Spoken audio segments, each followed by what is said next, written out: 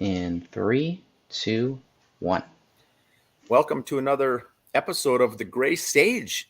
Greg, we're on episode number 30, going through the book, for those who have it, called The Gray Stage by Greg Fernandez Jr.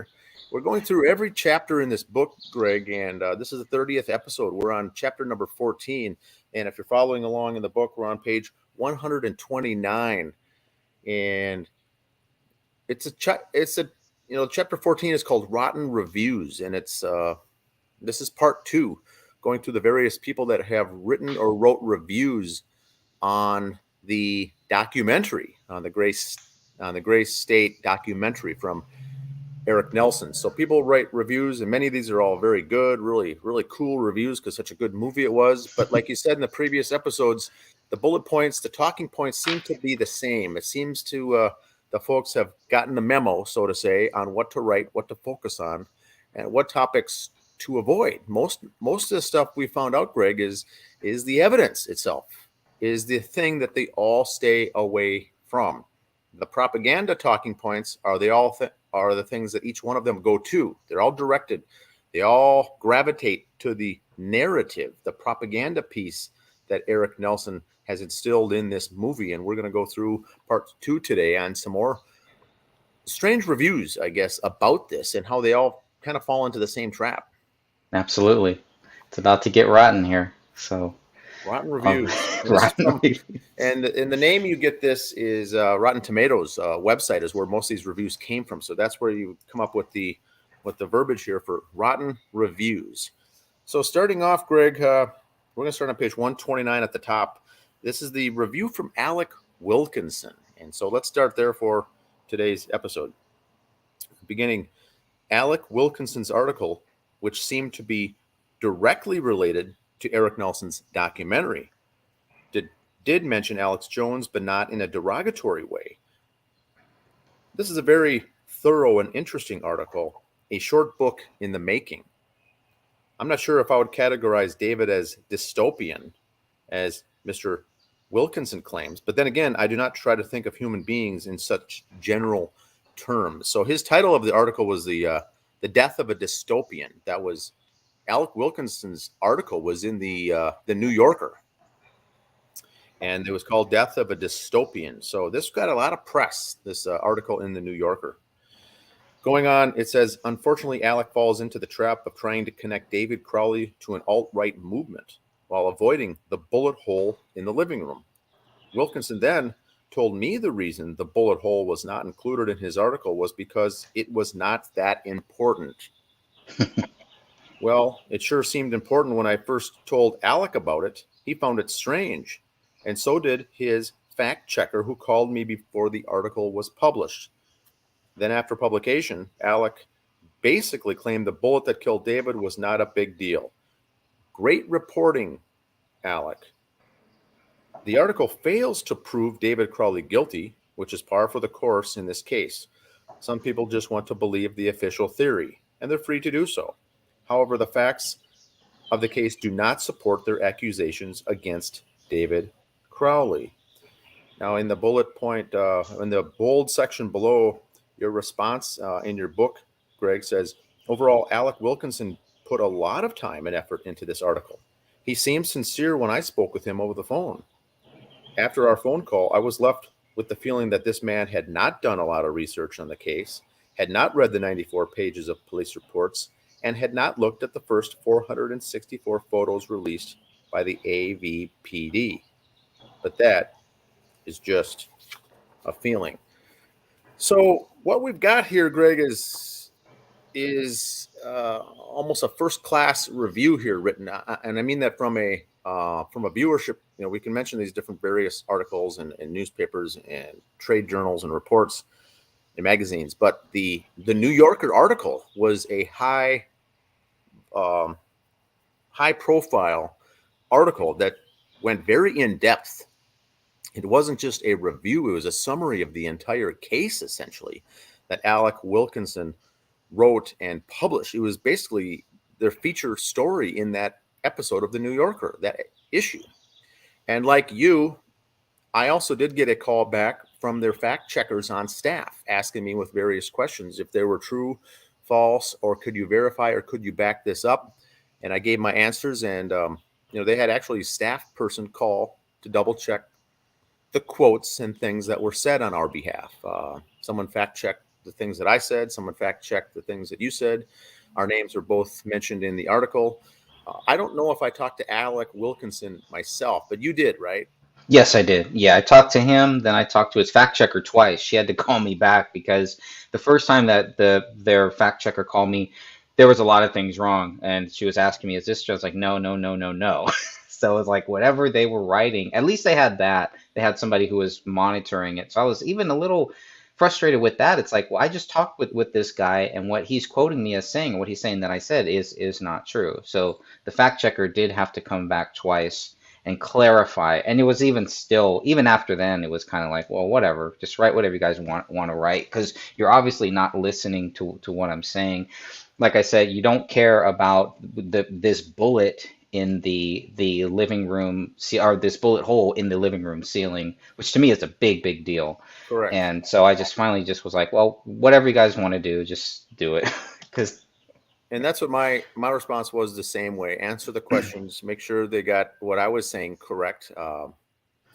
And they published it, they ran with it, and that was it. But once again, it was almost it was a discrediting case against us two, once again, and throwing us under the bus and throwing the Eric Nelson bullet points into the limelight, shining the light on what I call the propaganda, the things that they wanted the public to see as opposed to the evidence. Now, you went out of your way to mention the ceiling bullet hole. mm-hmm. And at first it sounds like he seemed interested in that. And then in the big picture, well, it's low hanging fruit. We're going to focus on the big stuff. Well, the big stuff is the bullet hole in the ceiling. I mean, that's the biggest part of this case from an evidence case. That's the lead thing in the story. That's what the documentary, if there was a real documentary done on this case, would be focusing on that. A real movie or a miniseries done on this case would focus on that. A real article in the New Yorker that really breaks away this case, an authentic article, would focus on that.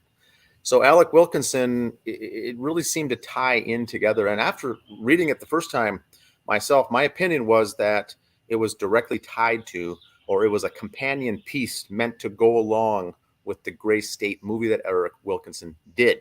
That was, in my belief, funded by Deep State, by Operation Mockingbird, and part of the propaganda machine to get everyone on the same wavelength with this movie was this big feature article that tied directly back into it. Like I said, it's like a companion piece that was written that way on purpose to make it all fit together in a nice little package. And that's the feeling I got after reading the article. Yeah, and I think you were the first person that kind of got me thinking about that stuff too, because you were you were the one that pointed out, like, these articles all sound the same.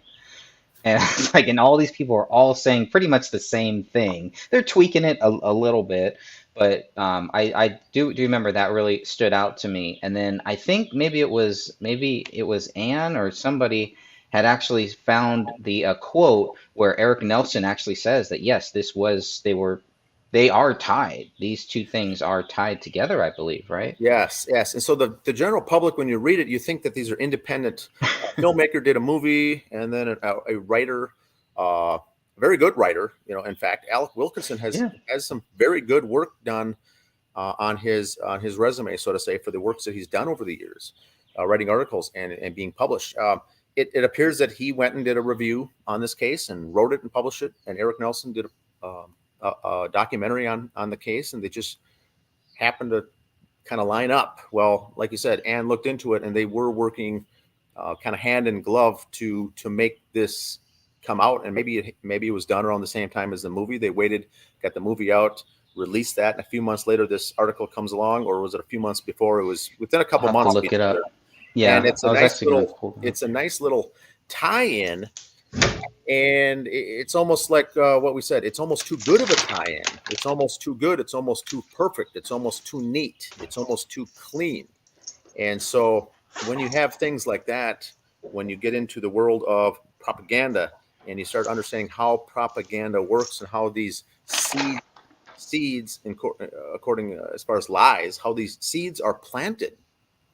In fact, the same talking points when we started at the first part, exposing folks on our justice for David Crowley and family Facebook groups. People started sounding the same way and started planting these same seeds, which were later, these folks were later exposed as infiltrators into the group, not wanting to get to the truth, not wanting to look at the evidence, but wanting to focus on these points, these bullet points.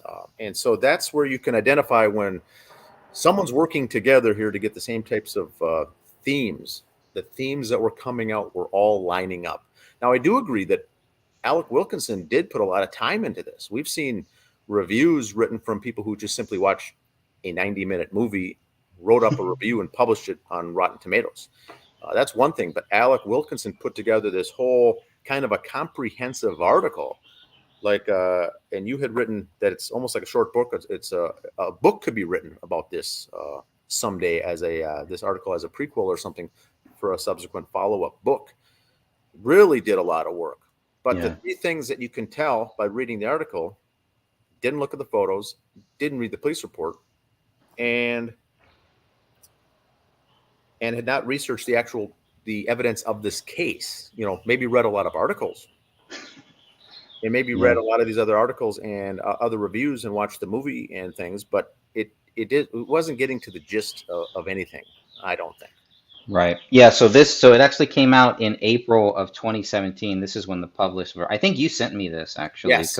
I couldn't find it by the time I got to the store. It was already gone. I went to a local Barnes and Noble and picked up 5 or 10 copies when they were there, and I shipped out a few to you. I still have a couple on hand myself.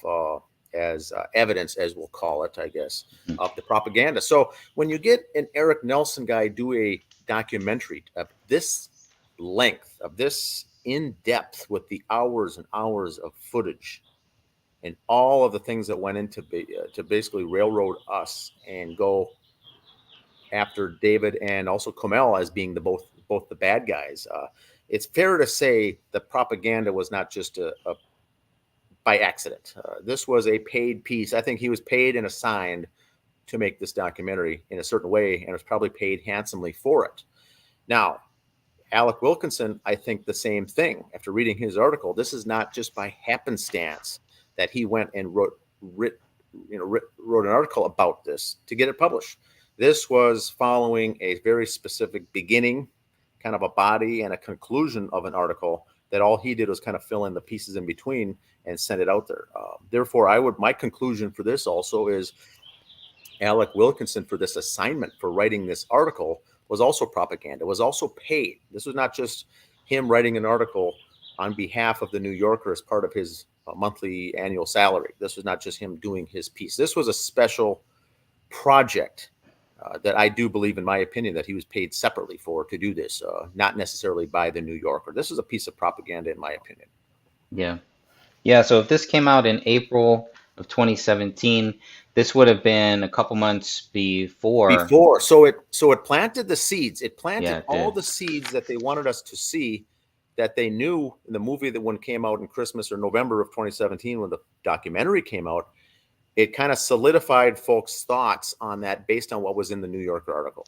Anything they questions with as far as the propaganda that kind of seemed wonky, it all confirmed it then. It cemented it when the movie came out. And they all said, oh, that's it. David's a nutcase. And so is his wife, and problem solved. No one gets into the fact of a 5-year-old girl was brutally killed and potentially tortured beforehand, and no one brings up that case, a missing arm, for instance, a broken rib, on the movie or this article.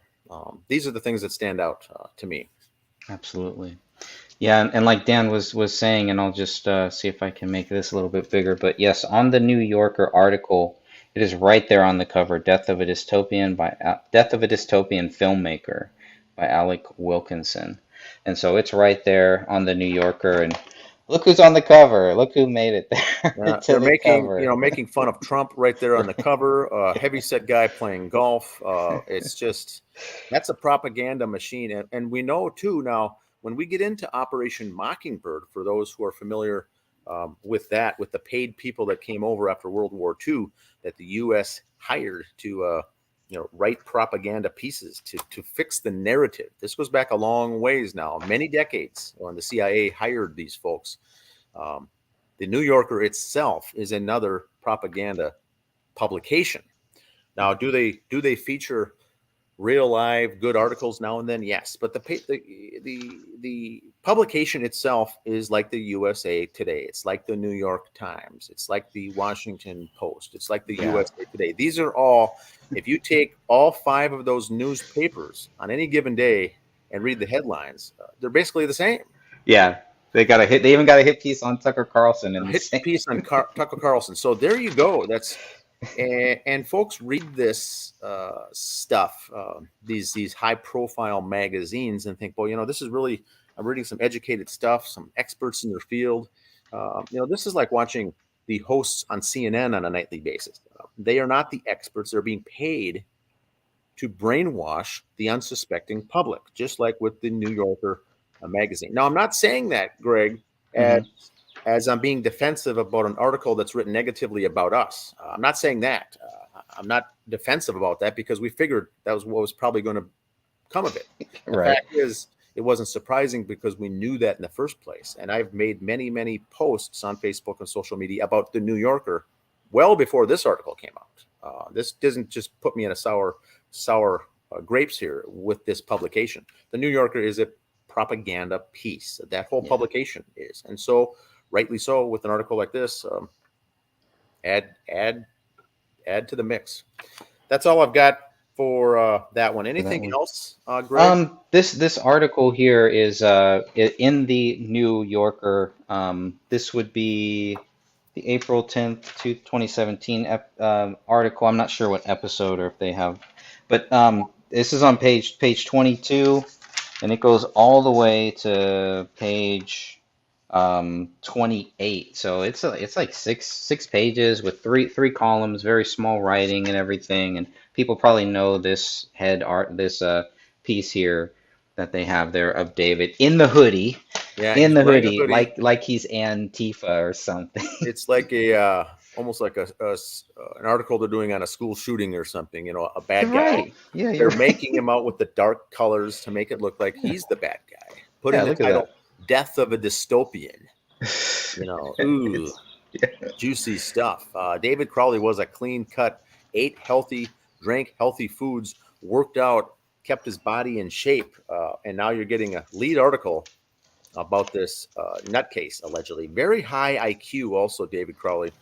I did not, keep in mind now, I did not know him ever on a personal basis. I never followed Gray State before he even came out, the project. And so this is not, I'm not backing up a friend or a buddy or a fellow Minnesotan backing him up. This was a well-educated, high IQ guy that was really ahead of his time here. Yeah. And would you say, so you wouldn't say that you were a fan before his death? Would you consider yourself a fan after his death? Of what he was doing and the project that he was working on? Yes, I became a fan after doing the research. Interesting. Much in my case, how I gravitated to the Kurt Cobain murder. I never was a fan of Nirvana. I was never a fan of Kurt Cobain while he was living and performing. I became a big fan after the fact, once I knew the true story and how he was killed, murdered. And then I became a fan of his music and the lyrics and the writing of his music and the poems and the poetry and how much of a genius that man was. Yeah. But I'm drawn to these. I have two children, 2 daughters, and both Cobain, the fact that his daughter to this day thinks that her father committed suicide really eats at me. The fact that Rania Crowley, folks think that her father, did this horrendous act when he was actually a good dad. Kurt Cobain, another very good dad, a very proud father, doing all the right things, loved his child so much. David Crowley, I see the same principles with him. Their life was their child. Everything was first in the that was the reason Kurt Cobain was going to quit and wrote that long, lengthy letter of quitting the band. He was going to focus on his family. Well, someone got a hold of that letter, added a paragraph at the bottom and says, "I'm ending my life, I'm killing myself." Now the whole thing reads like a suicide note. So his original note that was unaltered, the beginning of it was him leaving the band, moving on to different things. I need to change. I need to focus on other things. That's how that suicide note was written. Mm-hmm. You just change the title, sign it that I'm leaving this world and I'm dying in someone else's handwriting. Of course, the last paragraph is not his handwriting. That was already proved by a writing. And so now you turn it into a suicide note, and you get the mainstream media and big rock music publications to push that he was a drug addict, nut job, crazy dude. And they say now this is the suicide note. There's your answer. Well, that also was a lie. And anyone who's studied the case knows it is a lie. It is not. The evidence proves Kurt Cobain did not kill himself. That's not just my opinion. The evidence from experts proved that, like we proved the David Crowley case. So very similar to me. So in summary, I became fans of both after their death. Sorry. Interesting. So you've seen Soaked in Bleach. Yeah, I've seen. I think is one of the every documentary on the Cobain case. I think I have seen, good and bad. There's a lot of propaganda pieces out there as well. When you start researching that rabbit hole on the Cobain killing, there's a lot of fake documentaries out there as well. True. Yeah. But you got to keep researching and look into the true ones, the real ones. And that's not me cherry picking movies that I want to see that fit my narrative, is what people think conspiracy theorists are. They'll cherry pick movies and documentaries that agree with their thinking and say, oh, those are the real ones. But no, there's a lot of good documentaries out there about Cobain that are real, authentic. And the ones that make the higher... the primary ones that the public sees are typically the ones that, he was down, depressed, broke, didn't have any money, and killed himself. That was not the case. Once again, similar to Kurt Cobain, he was signing a very, very prolific contract to perform at the Lollapalooza that he opted out of. And people say that he was down, he was in debt, he was down and out and depressed. No, that was certainly not the case. David Crowley also had no money issues financially at all. So we see the similarities. Phil Marshall, same thing. The suicide note. I'm in debt. I'm going to end it all. I'm going to kill myself. No, he was making more on his medical benefits from being unemployable as a commercial airline pilot because of his handicap, because of his injury. He was making some good money on a monthly basis with those checks rolling in. So that also was faked by the propaganda to make it look like he offed himself. He killed himself and his two children. Now, the next topic is top of page 130 is Cory Zurowski. Now, this one I have a little more in-depth that I can talk about here, but I'll read the article first. I actually sat down and met with Cory, sat down and did an interview face-to-face with Cory. Oh, wow. That's right. I forgot. This, I thought, was going to be the fact that it was the City Pages, the local newspaper here in the Minneapolis-St. Paul Twin Cities area, that's more alternative thinking, not mainstream. They like to break the real stories, kind of like Newsmax or OAN now. They're kind of like that I thought this is a real only chance that we're going to have to get this story straight and blow people away with what really happened. Sat down, had an hour and a half interview with Cory, and most of the time I thought he was very engaging and really like, wow, a lot of this stuff doesn't add up. Like, wow, the big eyes would come out like, really? And then the publication comes out and it's the same old thing. All right, ready to continue on? Yep, let's do it. All right. Local Minnesota newspaper staff writer Cory Zurowski called the alleged double murder suicide, quote, catnip for conspiracy theorists, end quote. I will give Cory, this is you now talking, Greg, I will give Cory credit for never mentioning the phrase alt-right or Alex Jones in his article, published March 23rd, 2016. So this is now a year before the New Yorker came out and a year and a half before the documentary came out.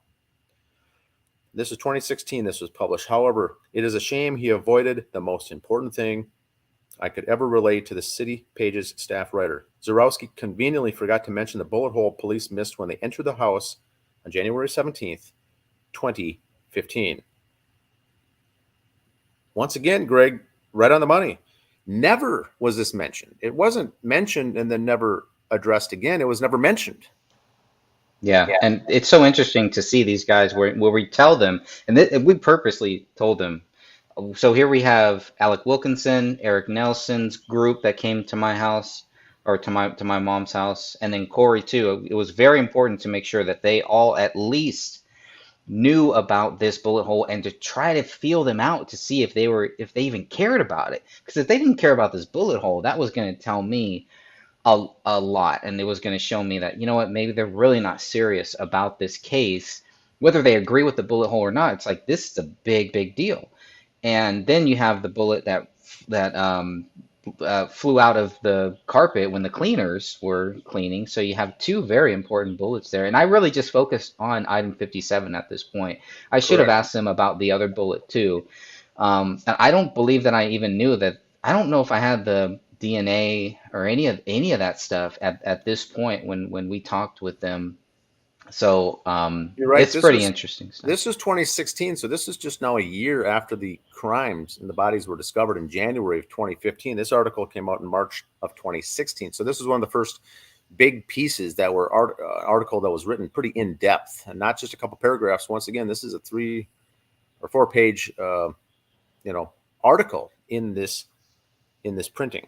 Yeah, and we could probably go back to our notes and probably find when he contacted us too, because I do believe that I felt like this article, maybe it was Alec Wilkinson's art. One of them, they contacted us, and then the article didn't come out for a very long time. I don't remember if it was Cory's article or if it was Alec Wilkinson. Alec Wilkinson's makes more sense because that was a long one, but I don't remember. Very in depth, I thought. Yeah. But this one, I had the most faith that he would get it right and really blow this case open. Once again, the publication like the City Pages is one that they're trying to make waves. They're trying to stir things up. They're trying to get people to read. A lot of their articles are not just for the sake of getting it done. Here's your assignment for the week for this weekly article. Do your article, get it in, and let's get it done, and I'll get a paycheck out of it. These are guys that are trying to make it to that next level.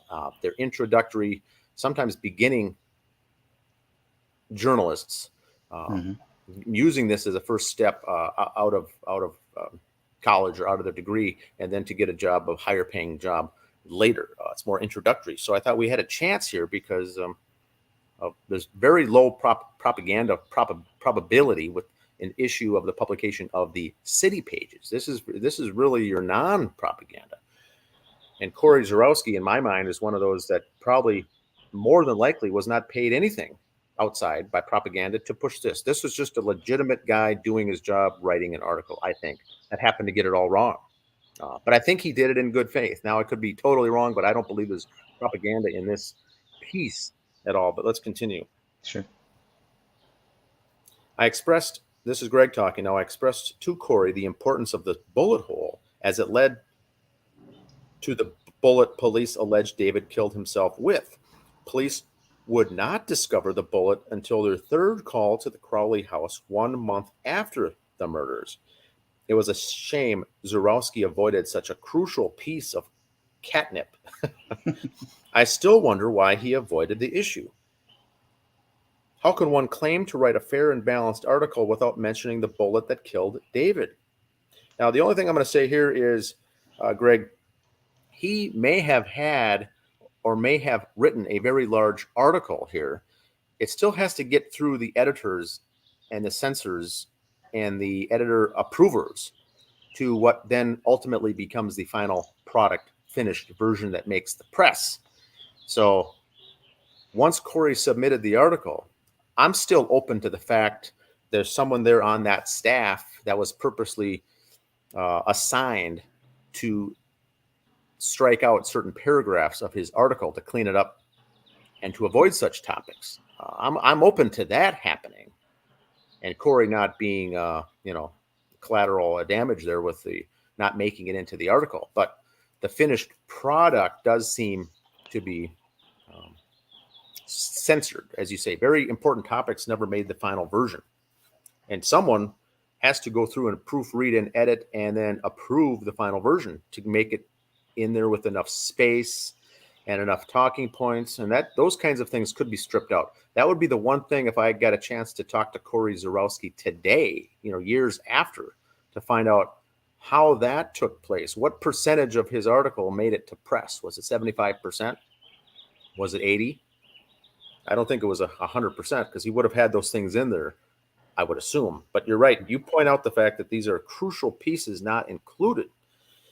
Now, Zorowski mentioned me in the article, but avoided the key piece of information I was trying to relay to him. Quote, citizen journalist Greg Fernandez Jr. points to various peculiarities. Definitive fingerprints couldn't be ascertained on the handgun. It doesn't make sense that David was right-handed, yet the weapon was found to the left of him. Investigators never fully vetted why the rear patio sliding door was ajar, end quote. Well, fair enough for Cory, Greg writes, but he still assumed the patio door made, quote, people like Fernandez and Hennon wonder if the family was murdered by someone they knew. The unlocked patio door proved to me there was no reason for police to look for signs of forced entry. There was a clear entry point into the house through the patio door. So forced entry seemed irrelevant in this case. And that's where your issue article stops there, Greg. Your summary in bold print at the bottom, it says, in the end, Cory Zurowski avoided the bullet hole found in the living room ceiling, just like all the other writers mentioned in this chapter. I hoped he would be different from the others, but I was wrong. In my opinion, this bullet hole is the smoking gun we need to help get this case reopened.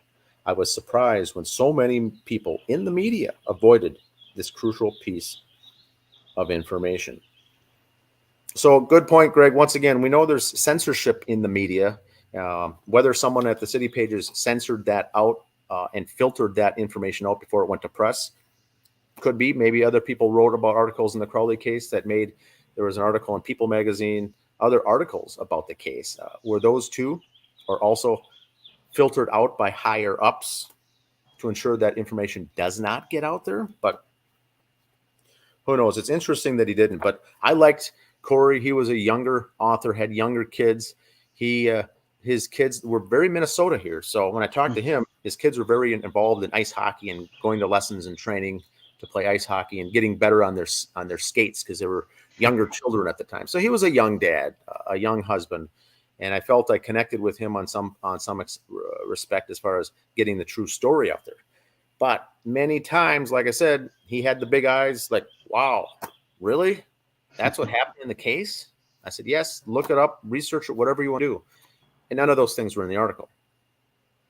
Is there any way to still reach out to him, you think, at this point? Or? Possibly. Yeah. Now, several times during the interview also, he did look at me like, who's this crackpot? Who's this conspiracy theorist? Let's just get this, over with. I want to get this done so I can go home. It's kind of a pain. Who's this nut job? And when he sat down and met me, the best thing I like about thinking people are meeting conspiracy theorists is seeing you in person. Yeah. He met me. We went to a coffee shop, met. He saw that I was just a normal guy. So I think that shocked him first by thinking, well, I have this preconceived notion of what a conspiracy guy looks like, right? It's a nut job. He's got tattoos and long hair, and he's a whack job who lives in his mother's basement. Well, we had things that we talked about that we knew, and I was just a regular clean-cut guy, a businessman with a degree, working on my career and doing this on the side. So that kind of shocked him at first too, because I don't think how many times these guys would interview conspiracy theorists for for a show. I'm sure before he left that morning, he said to his wife, "I can't wait. I'm going to do this conspiracy theorist interview." And then he comes home and say, well, "I like the guy. He almost felt like I'd like to stop and go out and have a beer and play some golf with him sometime." It's how we left it. Well, we almost exchanged numbers. He was a good, easy guy to talk to, and I liked his background. So was I let down when I read the finished article? That one too. I went up and picked up 5 or 10 issues of that publication, the actual hard copy, and I've got them in storage. But it was interesting. I mean, it was not what I expected the article to be, and in fact, it was kind of laughing and joking at us, the people who poured in countless hours into this task. And so it was kind of tossed aside. Now, like I said, I don't believe Cory Zurowski himself is anything to do with the deep state and not connected at all, and did not receive a side check under the table cash to write this article from the deep state. I think he just wrote it, and that's the way it came out. Now, is there people above him in the city pages? I don't know. I don't know that. So that's all I've got for that. Cory, to me, seemed like a nice enough a fellow. He seemed, in his writing skills, good. His research skills, good. He seemed to me like a good journalist. Yeah, and I so think I read some of his other articles too before we did the interview to see what kind of a writer he was, and I thought he was well versed and very good and professional. Yeah. I start to wonder if my expectations were too high from a lot of these people, and but he was at the local level there too, working for a paper, like you said, one of those free papers, right? We have those here where you can just pull those up. So I figured, well, he's not going to have an agenda or anything like that in it.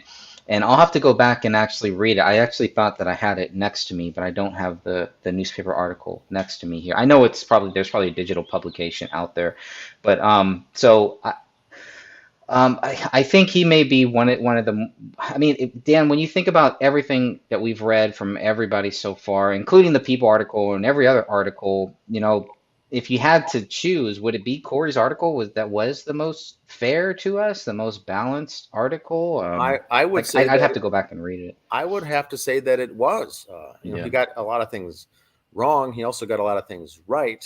I don't think he had an agenda when he set out to do this. I would like to, if I were my wish list, if I were to get in contact with him, do a follow-up interview or a talk or sit down and chat with him to say, how did this article come into fruition? How did it get on the list of topics for that week, or a to-do list? And how did he get assigned? Did he raise his hand and say, I'll do it? Or did someone assign him this story? How did that all come together? I don't think he just followed the case and says he brought it up to his leadership and said, I'd like to do an article on this, although he may have. Yeah. And that was March of 2016. And right. So there was so much we didn't know. Off and on, but it was right. The more in the locals. And locally here, it was more on the conspiracy pages and on social media than in actually officially published articles. We have Minneapolis and St. Paul that have daily newspapers come out, and the Crowley case wasn't in here at all. Even a year later with all this, but you were to pull up websites, social media, Facebook around here locally in the area. That Crowley case kept bubbling over all the time. Wherever you went, you would hear talk or rumblings of the case, but the mainstream did not touch it. So I'd be interested to find out how he got assigned the case, or if he volunteered to do it, and was it gone over and cleaned up before it went to press? How did that all end up that way? So if he talked to us, he must have talked to some of the Gray State goons, right? He must have talked with them. Like I said, I haven't read this article in a long time, probably since 2016, maybe 2017.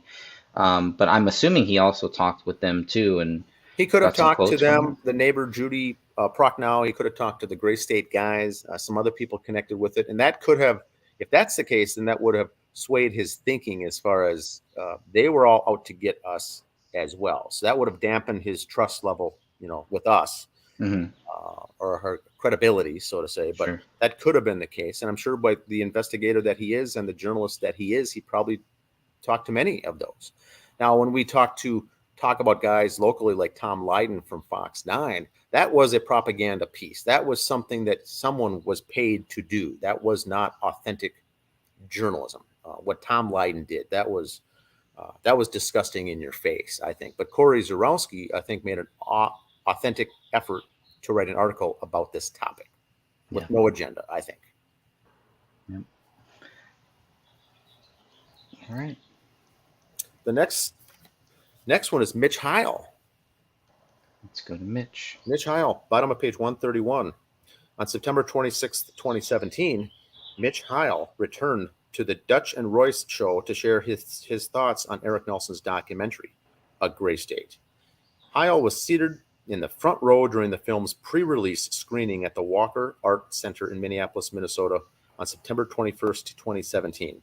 Quote, "It's really strange watching a documentary about your best friend who basically went nuts," Mitch explained to the Dutch and Royce. "It's like you're watching the slow collapse of something, like progressing," end quote. Just like the Apple Valley Police Department and Eric Nelson's movie, Mitch did not provide any evidence to prove David was guilty. Mitch stated that David, quote, "recorded everything and meticulously kept journals of everything for the longest time," end quote. Heil also discussed the concept of gray state. Basically, quote, "a jizz fest of all conspiracy theories mixed into one," end quote. And that, I think, is authentic. I think that's what Mitch Heil thinks. I don't think anyone planted that into his head. He just thinks that we're all nuts. All these conspiracies are nuts. Yeah, and he's been on, to put it kind of in a little context, he's been on this show. I think he may have been a co-host or something on the show. So he's going to be a little more open, a little more lax. This is why I wanted to include this one, because this is where he's really going to be able to vent, really share his frustrations, his real feelings, and kind of joke about it too. I mean, when he calls it a jizz fest, I mean, I don't think he'd be part of it if he really thought it was a jizz fest. I don't know. I don't know this guy or anything, but he seemed, I mean, listening to this, and the audio is out there. They tried to hide the audio. We still have it though. And that's definitely worth looking at. And maybe in the future we'll go through some of his audio on this. It's very interesting, and he was David's best friend growing up, and was in the future, in adult life, they were business partners. They had some joint business ventures together. So it's good to get his viewpoint, Greg, because Mitch Heil was very important in David Crowley's life. I mean, these guys did a lot together. Yeah, and he's saying David, I mean, that's his quote. David, your nuts. Best friend, who basically went nuts. No evidence, but he's throwing him under the bus. Yeah. And it's also weird. He says, and it's like you're watching the slow collapse of somebody, but then he says, like, progressing. So the slow collapse is progress. So I mean, for me, that was kind of hard. When I read it, it's a little bit different than when you listen to it. So if you have a chance to listen to this full show, it may be better, because thinking, well, it's a slow collapse, but he's progressing. So the collapse is progressing. It just messes with my head with some of the stuff that he's. All he means there is it's just moving along in slow motion. It's happening in slow motion, progressing that way, not progressing getting right. better. You're right. I don't think it's kind of goofy, the verbiage there, but yeah, it's a little. But he also does say that David recorded everything. To me, that was another big thing, that he says David recorded everything, but not the deaths. Didn't record anything, as far as we know, past November of 2014. That's kind of weird too. He didn't record Christmas. He didn't record any of the family gatherings that they had, any of just them doing anything. There's no journal. It's just very weird how it was like David went dark around this time.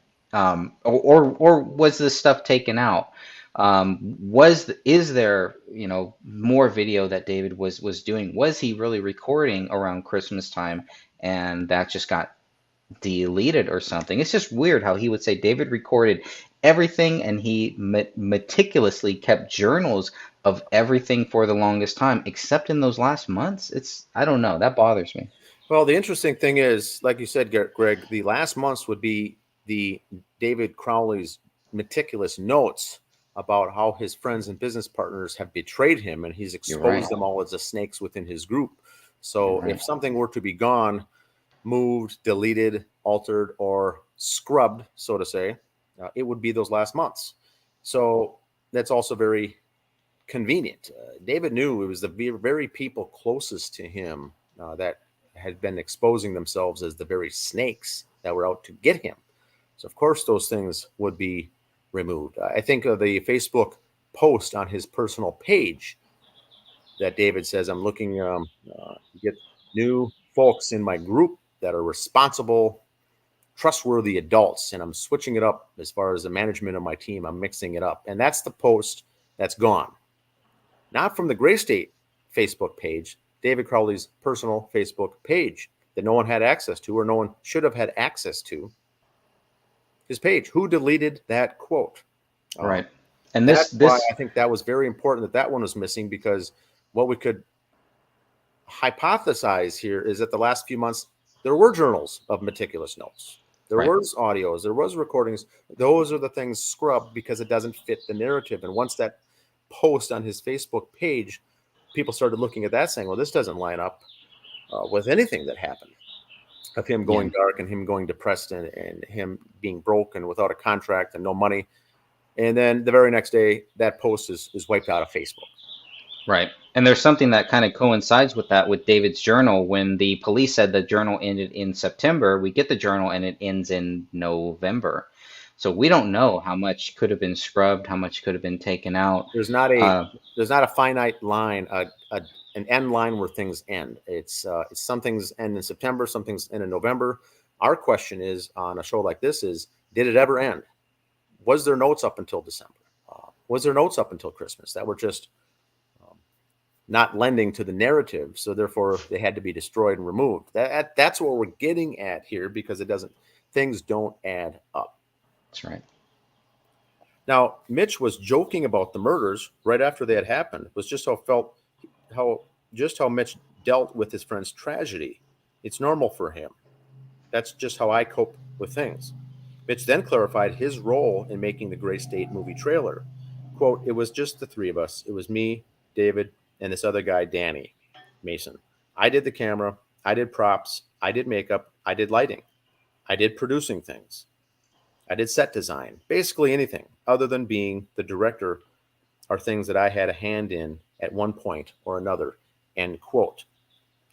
Now, that's fair enough. I believe that is all true. I think everything he said there was true. And Danny Mason the actor. The director was David Crowley, and all the background things was Mitch Heil. And that's all. He didn't have to believe in these conspiracies. He didn't have to believe in the subject matter. His job was, I want a set made, design a set, do it, do the lighting, do it. And he doesn't have to believe in it at all. So I think he was just doing that as a job, as helping out a friend, helping out a buddy, doing that as a job. And if people look at they were business partners. So that's the main thing. These two guys are business partners, but they're also friends and they're also soldiers. So I don't think they served together, but they did serve at the same time. So they were both in the army. I don't know if they were a part of the same, crew or whatever, but unit. Yeah, the same unit. Thank you. But if you look at their other short films that they have made, Heil was also part of those other short films, which a lot of them are a lot crazier. In my view, a lot crazier than the whole Gray State trailer. To me, the Gray State trailer, if you look at the videos on Hothead, I think it's called just Hothead, on their YouTube channel. Hothead Productions. Yep. Hothead Productions. Okay. So if you look at their YouTube channel, look at their short films there, a lot of them they're pretty out there. And so the most real one, I think, is the whole Gray State one. That is the most real one. But Mitch Heil was part of all of those other things too. So to him, the Gray State trailer may have just been one other trailer that they were making, and this just happened to be the one that connected with people. Yeah. I think that for those out there thinking, how can Mitch Heil say this and make fun of these conspiracy theorists, yet he's inserted himself into these movies, these roles, director. I think the difference there is that he was a business partner and was doing this because it needed to be done, not that he necessarily agreed with it. He did a lot of stuff. There's a lot of videos out there of things that he helped work on, but the main one here with the conspiracy, I think he nodded his head, did it. What can I do to help? As far as let's get this done, regardless about his thoughts on the very topic. That's right. Continuing on, it says, David's family gave Eric Nelson all of David's private home videos because, according to Mitch, quote, "First of all, what are they going to do with it? What are they going to do with it? Second is, I guess, it's kind of a way to humanize him or just not say he was a monster," end quote. Now, what do you think of that, Greg? That's big right there. Because you have this whole thing. They're trying to humanize this guy, which I thought, okay, that's great. That's a great thing, but that's not what I get from this film. I don't know what you got, and maybe I'm sure everyone's view is different. Everyone's view is relevant. But I mean, to try to humanize him, I really felt like, no, they tried to make him a monster. They tried to kind of show that this was a person that just went crazy, snapped. They don't give any reason. They don't say, hey, this is what made him crazy. This is what made him snap. And all of the things that they do to try to trick you into thinking that turned out not to be true. They told you that David's script was dead. That's in the actual film. And then Dan Hennon talked to talked to Mike Boggio, and it's like, no, the project only died because David died, is what he basically said. So, I mean, I don't know. I had a really hard time with it where he's just saying, well, what are they going to do with it? What is the family going to do with it? You know, I mean, they had a good opportunity to make a real film. I don't think the family had any interest in making any film. No. I don't know where all of this started. It's really crazy that Sean Wright, that Mason Hendricks have a big part in this, in actually the background, you know, in actually making this film, getting this film done. That bothers me too, because I feel like they really are the people that were really pushing to make this film.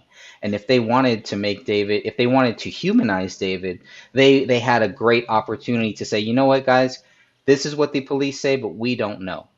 Best case scenario, that's what I was hoping from Eric Nelson's film is they would say, this is what the cops say, this is their proof, et cetera, et cetera. In the end, we don't know because we don't know, we weren't there, we don't have the actual proof of what happened. That would have been the way to humanize David. Yeah, and the amount and the hours and hours of footage with David doing things in the backyard with his daughter, on the trampoline, at the local playground, going down the slides, doing things, painting, doing artistic crafts and things that they all did together. There would have been hundreds of hours of those things that would humanize David Crowley. That is when we know by what came out in the film. What was not the case is that they cherry picked from thousands, tens of thousands of hours, only the things that made him look like a monster. There's your evidence right there of all the things out there. Then they picked the cherry picked. So, and as far as what's the family going to do with all that video footage, you know, give it to them to make a movie. You know, what's the family going to do with them? I would agree they're not going to use anything like that. Now, if he was a hero and now you're sitting on all these hours and hours of video footage, for instance, you know, you found all this video footage of Prince or Jimi Hendrix or you know, a famous, you know, Elton John when he dies. You know, all of these things that you have, you can make these tributes down the road of a very famous person. Now, David died as a bad guy and a monster. What he's saying here is they're never going to make a biopic about this. They're not going to do a biography on his life by using all this footage. The family's going to delete it all. They have no use for it. So why not give everything, not a portion, everything to Eric Nelson? And what happened then is that where we see Mason Hendricks ultimately getting credit as a producer in the movie, going through and editing out and cherry picking the bad scenes that make him look like a bad father, a bad husband, and a bad person. Now those things are cherry picked. That's what makes the movie. So there's where the money comes in. They get paid for that. There's where your you know, that's how it ties together for those of us standing back to see the big picture. It's also very clean and neat because of all these things that are wrong are what took place. You would have a group of supportive friends saying, here's the good side of David, here's the good side of Kamel, and here's Rania, the good side of Rania. But yet we see her crying, her throwing a tantrum. Those are the only things we see. Them talking about a scary red man thing. You know, that's all that's included in the movies, these goofy, weird, strange happenings. Right. So once again, it's all cherry picked. Now, and Mason Hendricks was, if you watch the end credits, he was credited, which means there is cash involved. There's money. All of this is flowing down the wrong path of painting a picture that they wanted it to be done, rather than, like you said, here's all the information. We don't know what happened, but here's the David that we knew. You make up your own mind. That would have been a perfect documentary. It would have been great. Yeah. And I still that could still happen one day if they still have that footage. Yeah, it could. Yeah. Now, you go on to say that I'm not sure why anyone would attempt to humanize someone who they believed murdered his 5-year-old daughter and shot his wife twice in the head before using her blood to write on the wall. But maybe that's just me. That's very well written, I think. Mitch Heil ended his relationship with the Gray State Project when it was, quote, no longer financially viable to stay involved. And by that, I mean, I was like 2 months away from being homeless, end quote. Now that is a stretch for Mitch Heil to say that. Yes, was he losing money? Was he going bankrupt? Did he not have a support? Yes. Was he about to be homeless? I can't imagine that being the case. It makes for a good quote. A lot of drama out there. Yeah. Yeah. It just shows I mean, it seems like he wasn't making any money but this goes along with what they were telling us that, there's no money in it. Yeah. There's no money in this stuff. But I don't And know. and when David got his lawyer involved to ask Mitch Heil to sign the legal document to say, you know what, I'm not connected to this project, we get it. We get the FOIA request that shows Mitch Heil signing that document away and saying, yes, I'm not going to try to do anything to just to backstab you. You can have all the rights to this whole thing, which is very good, very polite, and very right from a business partner of David's to do that. Right. That all made sense. Remember, it was Danny August Mason who says, I'm not signing anything. I'm not going to sign it at all. I'm not even going to tell my attorney about this, but I'll use the attorney as my scapegoat to say he's not allowing me to sign it. I don't think he brought it to his attorney at all, ever. Yeah. And it seems like the is once again.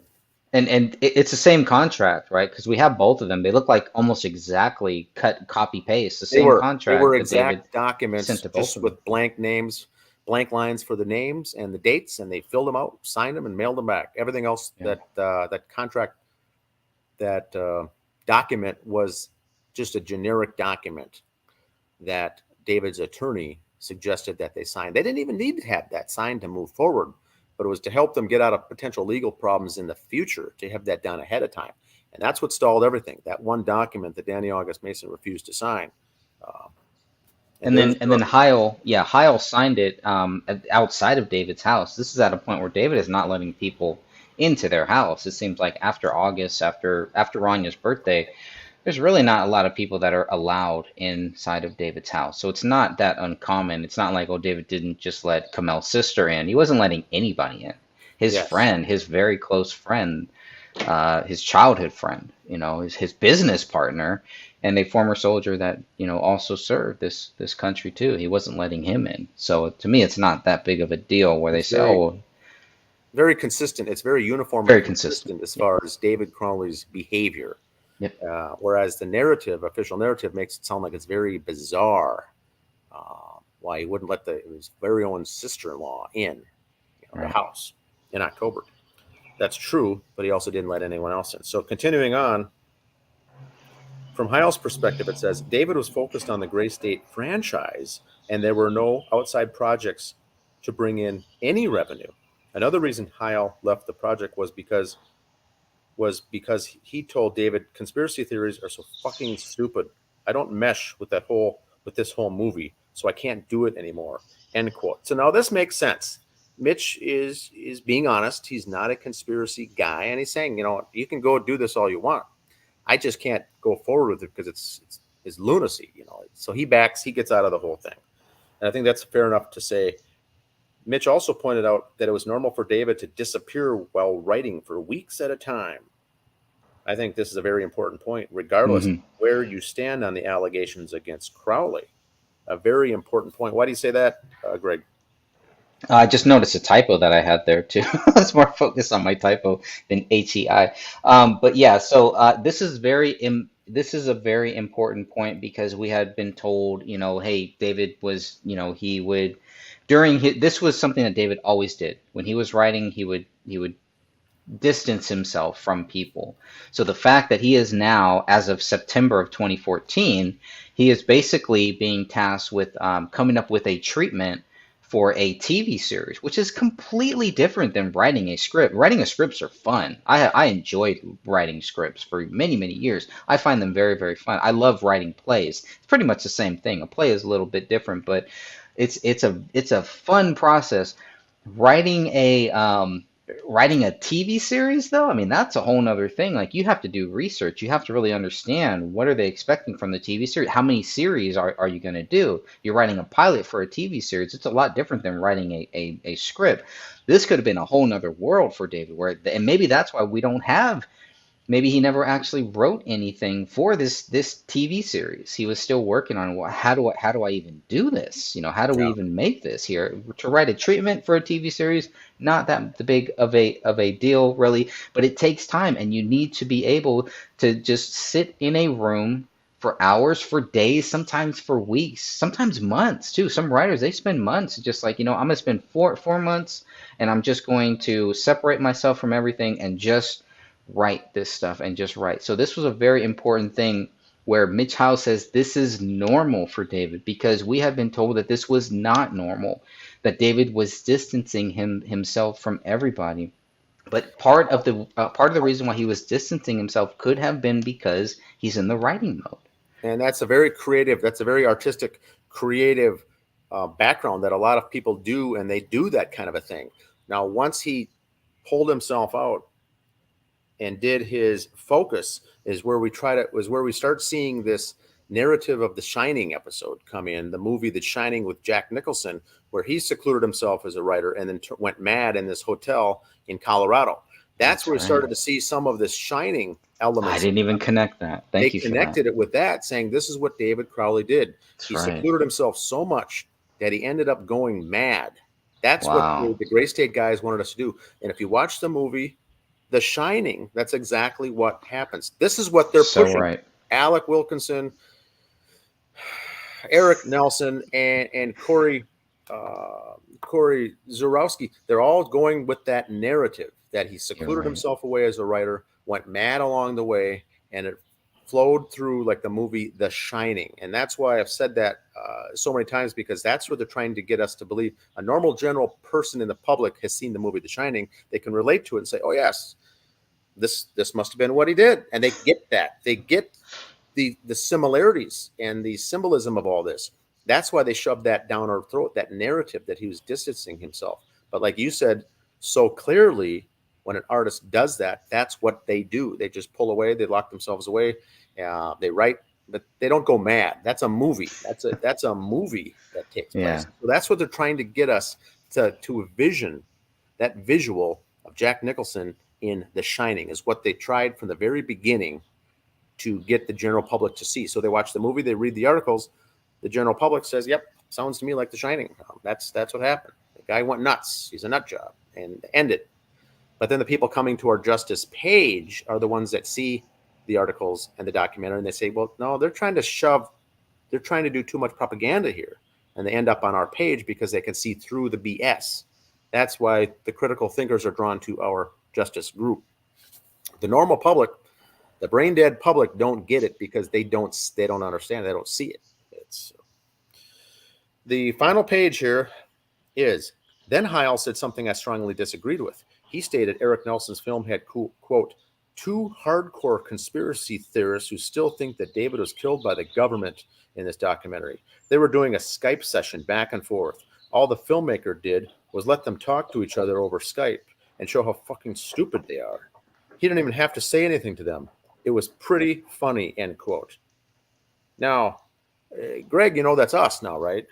Yeah, now we're getting personal here. Now we're getting personal. And so, do I consider myself or you a hardcore conspiracy theorist? No, we were doing shows, podcasts on this topic, on the David Crowley deaths. We're talking back and forth to each other. We had other people on, we had interviews, and that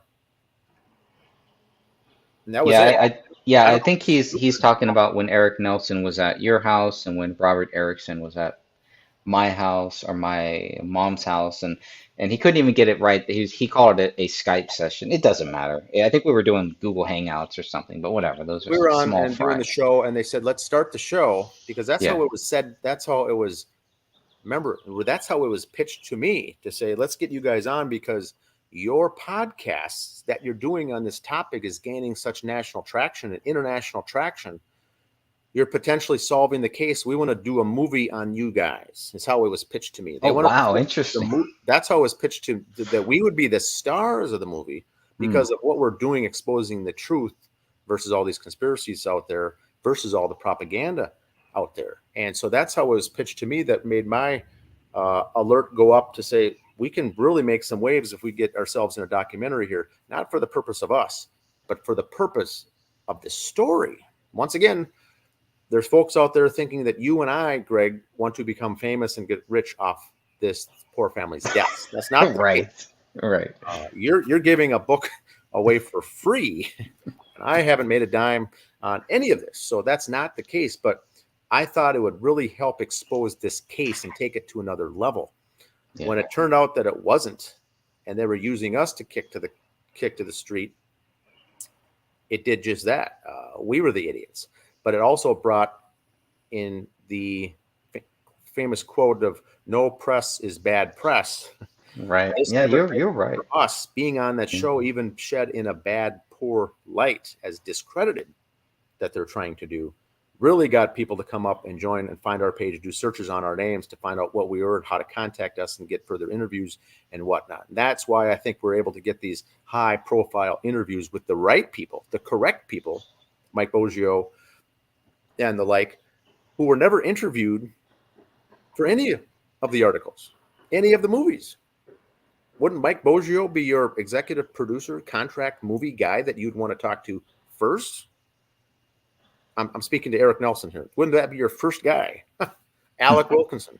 He said, no, they were never contacted. So wow. It's very interesting that, so they called it Skype and they called us two hardcore conspiracy theorists. Hardcore conspiracy. I guess I've been called worse. So well, we could always have Mitch Heil on the show sometime and help wake him up Yes. and educate him on certain things, because yes. I don't know about you, but the theories of the things that I follow, and I think you too, Greg, for the most part, I believe it's to be true, is the ones we follow are the true ones. There's no conspiracies out there or theories out there that are bonkers, goofy things. We only follow the ones that we focus on, are the ones that we have investigated and found out that were true. So we can certainly get Mitch Heil on. It'd be a good educational show for the young fellow. Absolutely, yeah, and he's always welcome. He's always welcome here at any time if he ever does want to come on. We can. Now he has the open door policy. Yes, Mitch does. Calling someone a hardcore conspiracy theorist is often used to deflect from a real conversation and avoid the real issues. This I agree with 100%. Heil was wrong when he stated Dan and I think the government killed David. Now that's also correct. I don't. You and I, Greg, have ever said that the government or some black ops killed David Powell and his family. I don't think the government had anything to do with the deaths. Yeah, I don't even said that. No, I mean, I know that there's other people that were saying that at that time, other people, other YouTube, channels and people that that knew David, and I think Davu777, he was very, and he's in that film too. I don't know why they didn't interview him, or maybe if he didn't want to be interviewed for it, but that really bothered me because I felt like those people who were saying that the government killed him, like, don't say the government killed him unless you have proof. Yeah. If you can't prove that the government did it, then let's just try to act like quote unquote citizen journalists right here or whatever. But let's just figure out what happened. We're not invested in saying that the government did it or anything like that. But there were people that were, and somehow we got lumped in. I know you probably got lumped into that more than me. We were both heavily involved in the Philip Marshall death, the captain, the 9/11 author of Philip Marshall, in which case I firmly believe the government was involved with that death, with that that killing of himself, the pilot, and his two teenage children and the family dog. So we brought that up in comparisons, but I don't think you or I have ever said that the government killed the Crowley family. We were both saying we don't know what happened. We just know that him killing himself did not happen. There's no way that could have happened. Now, could the government have done it? I don't believe it. It was very sloppy done the way it was. A government hit is going to be a very clean, efficient operation. But I think that Mitch Heil at the same time doesn't know us and has not interviewed or researched us or followed us at all. And probably thinks that. I think a lot of people who don't know are going to come away with that takeaway that we're the two lunatics. I believe that. That to the uneducated person who hasn't followed the case, that's more than likely how we are presented, and I'm okay with it. That's fine. It is what it is. But I don't think we ever said anything directly that the government did it in this particular case. That's the point. Mm-hmm. Now, we don't have an answer as to what really happened, and I don't see any facts that prove David was killed by the government. Also a good quote. I see lots of speculation about that possibility, but I also see lots of speculation about David's guilt. We can only go where the evidence leads us. Well said. Mitch felt the documentary was, quote, done as respectfully as it could be done, end quote, adding he didn't feel anything was taken out of context. Now that I don't agree with. I agree with that 0%. That's exactly Yeah. what it did. That's Yeah. if he's sitting back and watching that, then I feel sorry for Mitch because the whole thing was taken out of context. Much like we said before, the cherry picking. Continuing on, when it came to David meeting with Hollywood executives, Mitch explained that David was concerned about losing certain rights to the Gray State franchise. We know Danny August Mason was hesitant to give up his rights to the project. Mitch Heil was not. The only other thing I found interesting about Heil's interview on the Dutch and Royce show was when the pact theory was mentioned. Interesting. And then, Greg, you ended with the bold. Overall, I felt Mitch chose his words carefully and did not discount the possibility of a plan between David and Kamel to end their lives after murdering their daughter. And so what do you have there? That wraps up the chapter. Anything else on closing thoughts with his pact theory, Greg? Yeah, that was the most interesting thing because he didn't really he we've had Sean Wright, we've had other people where they say that they really believe that there was a pack theory. Mitch Howe never said that, but he also never discounted the possibility of a pack theory. So it seems like he is still open to the possibility that there was some type of a pact. And we see this from David's own dad. His own dad thinks that there could have been a pact here. And I think that may be part of the issue with David's family and Kamel's family, because Kamel's family does not believe that there was any pact here. And it's hard to believe that there was when we look at what happened with Kamel, she was shot, her hands are gone, the blood, all of her blood used on the wall. Would she want to be part of that? Would she think that that was, I mean, it's so unnecessary for any pact theory. And then that also changes it from a double murder suicide. That would change it to a double suicide with a murder. Yes. For a child. So I think that is the purpose of Eric Nelson's film, and the purpose of a lot of these people, except for maybe Mitch Heil. He still seems like he's just kind of dancing. He doesn't address it in that, but he also doesn't discount it. And I was expecting him to say that. No, there was, because when PTSD came up at the Walker Center, it sounds like from what we've heard, he was like, no PTSD. But when it came to the pack theory, he kind of danced around it. So I was a little worried about that, very concerned about some of his views on that pack theory, because, I mean, it makes no sense. But I understand why Eric Nelson wanted to push this pack theory, and really not Eric Nelson, but the producers and the people who want to push David's project forward. If it's a pack theory, then it's not just David Crowley. And they can blame David's wife. They can say, well, David did it because his wife wanted to, and he just kind of went with it. That's the feeling that I got from Eric Nelson's film, is that that's what they really wanted. They wanted to blame David's wife, and kind of like David just kind of did it, and these things happened, and so he kind of went along with it. And none of that worked. None of that makes sense. Of course, none of this case makes sense to me. So but that was an interesting thing. Remember, too, that Eric Nelson, as far as the director of this movie, is one person isolated doing his own thing. Where the funding came from is now Werner Herzog is the big name where the money comes in, as a big, well-known documentary person with a lot of funding and a lot of pull in Hollywood. So I found it interesting that Werner Herzog was involved with this and the money connection with all this.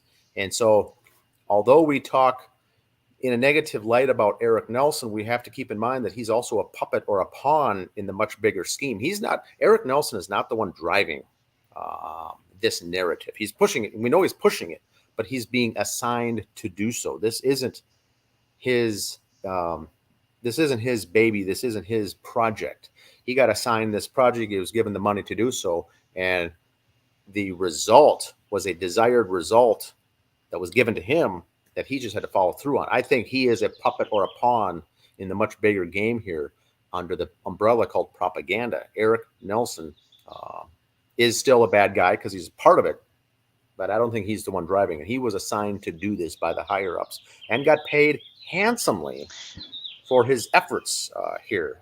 And once again, we haven't heard from either one of those, none of those guys since then. Yeah. There was no link for us on an email to say, hey, we're going to go live. Here's the final edition. Please give us your thoughts, you two, on the film before we release it to the Sundance Film Festival and the Walker Arts Center.